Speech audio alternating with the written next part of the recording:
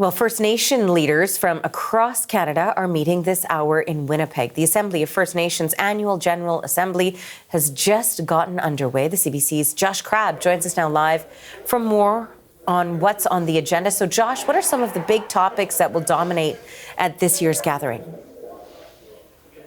Well, Arthi, the theme for this year's Annual General Assembly is prosperity for all, and there are many topics within that theme that will be discussed here in Winnipeg in Treaty 1 territory. Things got underway behind me just a short while ago with a grand entry and opening remarks, and we are set to hear from some leaders in the next little bit. But I can tell you that there are a number of things on the agenda, including addressing the First Nations infrastructure gap, federal budget expectations, and of course, as you've been hearing, Bill C-5, the Building Canada Act, that will be a major topic of discussion here. Of course, that act gives the federal government the power to streamline projects deemed to be in the national interest to strengthen the economy in the wake of Donald Trump's tariffs. But there is concern here among some First Nations leaders that streamlining that process may interrupt the duty to consult and therefore may infringe on Indigenous rights. So that will be a big topic of discussion. There is a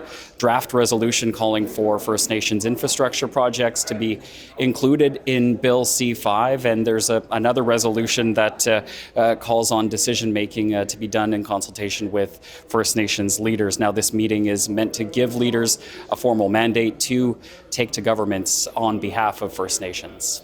As things get underway there, Josh, I'm wondering who we're expecting to hear from today.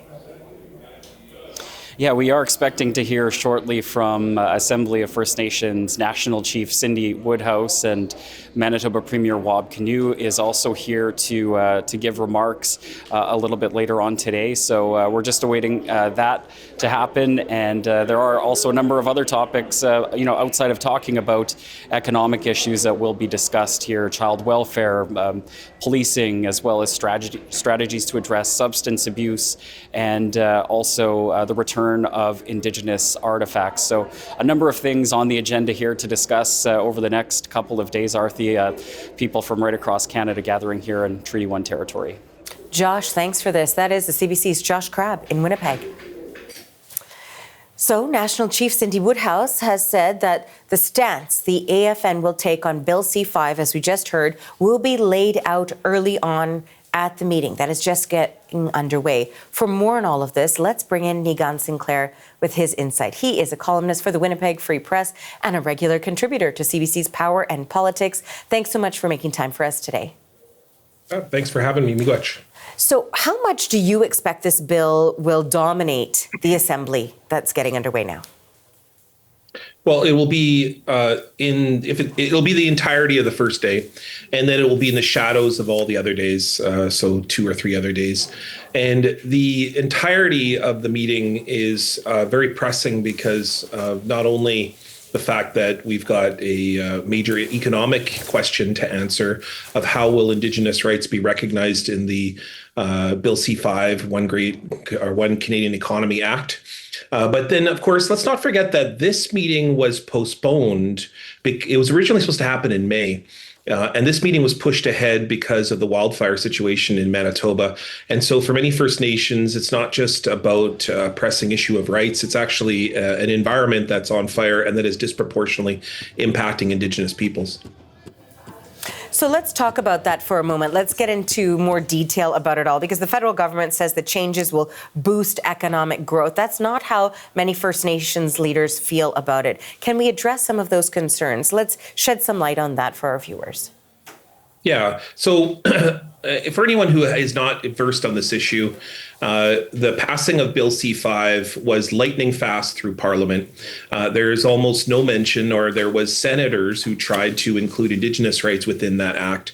But because of the speed, because of the unprecedented moment that we live in with Donald Trump and the move to try to unify the Canadian economy, Indigenous rights have very much been left behind and have been kind of tacked on throughout the summer. Our Prime Minister Carney had several meetings Two of them were disasters with First Nations and with Métis leadership. The Northern Inuit meeting was somewhat successful. And so as a result, what we've got is this very unbalanced way in which the federal government's trying to move forward. We'll make an announcement next week on an Indigenous advisory committee to help the government to implement these new projects of the national interest. But many First Nations leaders, particularly at the AFN meeting, are now going to try to figure out how do they strategize when in many ways First Nations have been left behind on the creation of this bill.